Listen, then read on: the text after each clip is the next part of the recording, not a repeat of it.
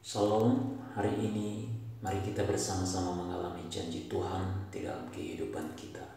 1 Raja-Raja pasal 22 ayat 1 sampai 54. Ahab memerangi Ramot Gilead. Nabi Tuhan berhadapan dengan nabi-nabi palsu. 3 tahun lamanya orang tinggal aman dengan tidak ada perang antara Aram dan Israel. Pada tahun yang ketiga pergilah Yosafat, Raja Yehuda kepada Raja Israel. Berkatalah Raja Israel kepada pegawai-pegawainya, tahukah kamu bahwa Ramot Gilead sebenarnya milik kita?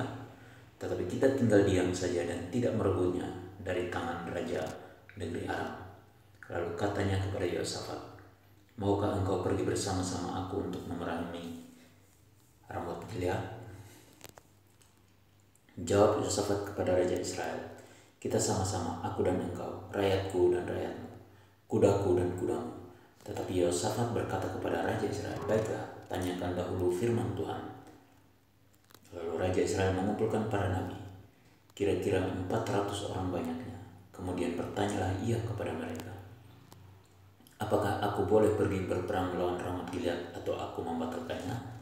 Jawab mereka, majulah, Tuhan akan menyerahkannya ke dalam tangan raja. Tetapi Yosafat bertanya, tidak adakah lagi di sini seorang nabi Tuhan, supaya dengan perantaranya kita dapat meminta petunjuk? Jawab Raja Israel kepada Yosafat, masih ada seorang lagi yang dengan perantaranya dapat diminta petunjuk Tuhan. Tetapi aku membenci dia, sebab tidak pernah ia menubuatkan yang baik tentang aku, melainkan malapetaka. Orang itu ialah Mika bin Yimla. Kata Yosafat, janganlah raja berkata demikian. Kemudian Raja Israel memanggil seorang pegawai istana, katanya, jemputlah Mika bin Yimla dengan segera.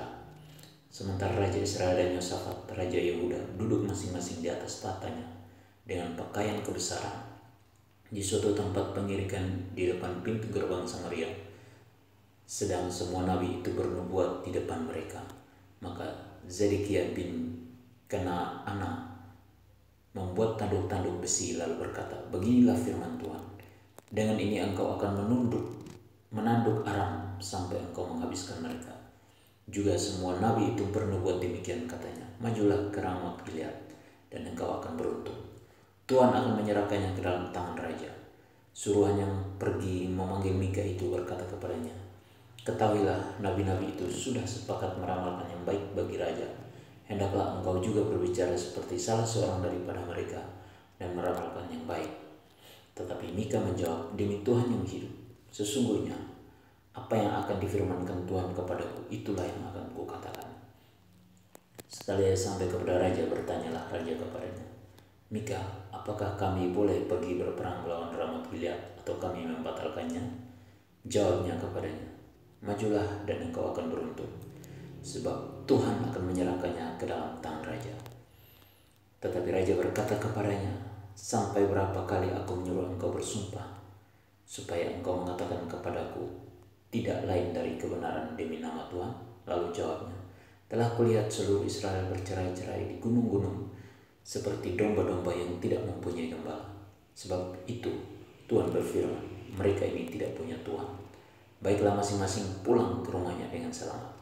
Kemudian Raja Israel berkata kepada Yosafat, bukankah telah kukatakan kepadamu, tidak pernah ia menubuatkan yang baik tentang aku, melainkan hanya malapetaka? Kata Mika, sebab itu dengarkanlah firman Tuhan.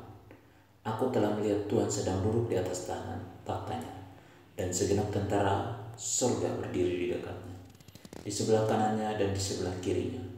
Dan Tuhan berfirman, siapakah yang akan membujuk Ahab untuk maju berperang, supaya ia tewas di Ramot Gilead? Maka yang seorang berkata begini, yang lain berkata begitu. Kemudian tampillah suatu roh lalu berdiri di hadapan Tuhan. Ia berkata, aku ini akan membujuknya. Tuhan bertanya kepadanya, dengan apa? Jawabnya, aku akan keluar dan menjadi roh dusta dalam mulut semua nabinya. Ia berfirman, biarlah engkau membujuknya, dan engkau akan berhasil pula. Keluarlah dan berbuatlah demikian. Karena itu, sesungguhnya Tuhan telah menaruh roh dusta ke dalam mulut semua nabimu ini.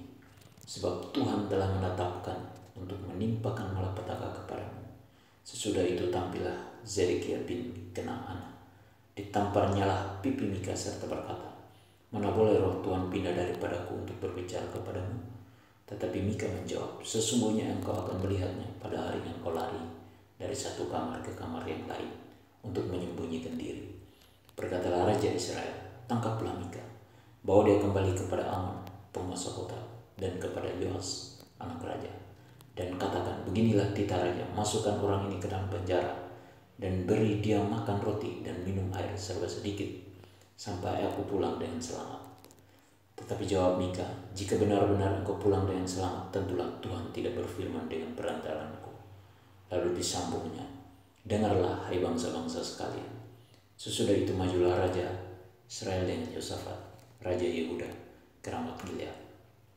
Raja Israel berkata kepada Yosafat, "Aku akan menyamar dan masuk pertempuran, tetapi engkau pakailah pakaian kebesaranmu." Lalu menyamarlah Raja Israel, kemudian masuk ke pertempuran.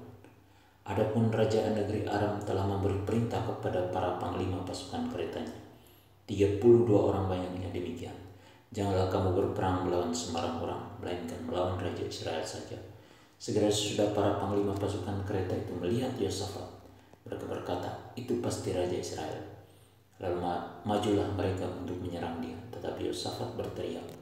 Segera sesudah para panglima pasukan kereta itu melihat bahwa dia bukanlah Raja Israel, maka undurlah mereka daripadanya. Tetapi seseorang menarik panahnya dan menembak dengan sembarangan saja dan mengenai Raja Israel di antara sambungan baju zirahnya. Kemudian dia berkata kepada pengemudi keretanya, "Putar, bawa aku keluar dari pertempuran, sebab aku sudah luka." Tetapi pertempuran itu bertambah seru pada hari itu, dan raja tetap ditopang berdiri di dalam kereta berhadapan dengan orang Aram itu sampai ia mati pada waktu petang. Darahnya mengalir dari lukanya ke dalam palung kereta. Kira-kira pada waktu matahari terbenam, terdengarlah teriakan di sepanjang barisan tentara itu, masing-masing ke kotanya, masing-masing ke negerinya. Raja sudah mati, maka pulanglah mereka ke Samaria. Lalu mereka menguburkan raja di Samaria. Ketika kereta itu dicuci di tepi telaga Samaria, maka darah raja dijilat anjing. Sedang perempuan-perempuan sundal mandi di tempat itu, sesuai dengan firman Tuhan yang telah diucapkannya. Selebihnya dari riwayat Ahab dan segala yang dilakukannya, serta istana gading dan segala kota yang didirikannya, bukankah semuanya itu tertulis dalam kitab sejarah raja-raja Israel? Demikianlah Ahab mendapat perhentian bersama-sama dengan nenek moyangnya. Maka Ahazia, anaknya, menjadi raja menggantikan dia. Yosafat Raja Yehuda.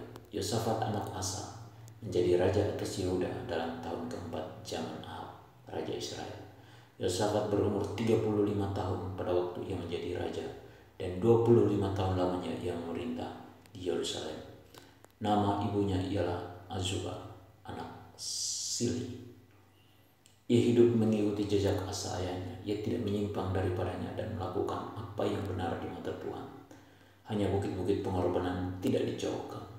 Orang masih mempersembahkan dan membakar korban di bukit-bukit itu. Dan Yosafat hidup dalam damai dengan Raja Israel. Selebihnya dari riwayat Yosafat dan kepahlawanan yang dilakukannya dan bagaimana ia berperang, bukankah semuanya itu tertulis dalam kitab sejarah raja-raja Yehuda? Dan sisa pelacuran bakti yang masih tinggal dalam zaman Asa ayahnya, dihapuskannya dari negeri itu. Tidak ada raja di Edom, karena itu yang menjadi raja ialah seorang kepala daerah. Yosafat membuat kapal-kapal Tarsis untuk pergi ke Ofir mengambil emas, tetapi kapal-kapal itu tidak jadi pergi ke sana, sebab kapal-kapal itu pecah di Ezion Geber. Pada waktu itu Ahazia, anak Ahab, berkata kepada Yosafat, "Baiklah, anak buahku pergi bersama-sama anak buahmu dengan kapal-kapal itu." Tetapi Yosafat tidak mau. Kemudian Yosafat mendapat perhentian bersama-sama dengan nenek moyangnya, dan ia dikuburkan di samping nenek moyangnya di kota Daud, bapa leluhurnya. Maka Yoram anaknya menjadi raja menggantikan dia. Ahazia, raja Israel. Ahazia anak Ahab menjadi raja atas Israel di Samaria dalam tahun ke-17 zaman Yosafat, raja Yehuda. Dan ia memerintah atas Israel 2 tahun lamanya. Ia melakukan apa yang jahat di mata Tuhan dan hidup menurut kelakuan ayahnya dan ibunya dan Yerobeam bin Nebat yang telah mengakibatkan orang berdosa, Israel berdosa. Ia beribadah kepada Baal dan sujud menyembah kepadanya, dan dengan demikian ia menimbulkan sakit hati Tuhan Allah Israel, tepat seperti yang dilakukan ayahnya. Perintah dari Tuhan supaya kita tidak mengabaikan nasihat orang yang dipakai Tuhan dan tidak mendengarkan tipu muslihat dari iblis, melainkan kita harus hidup melakukan apa yang benar di mata Tuhan. Janji dari Tuhan yaitu kita akan hidup dalam kedamaian dan sukacita daripada Tuhan. Amin. Tuhan Yesus memberkati.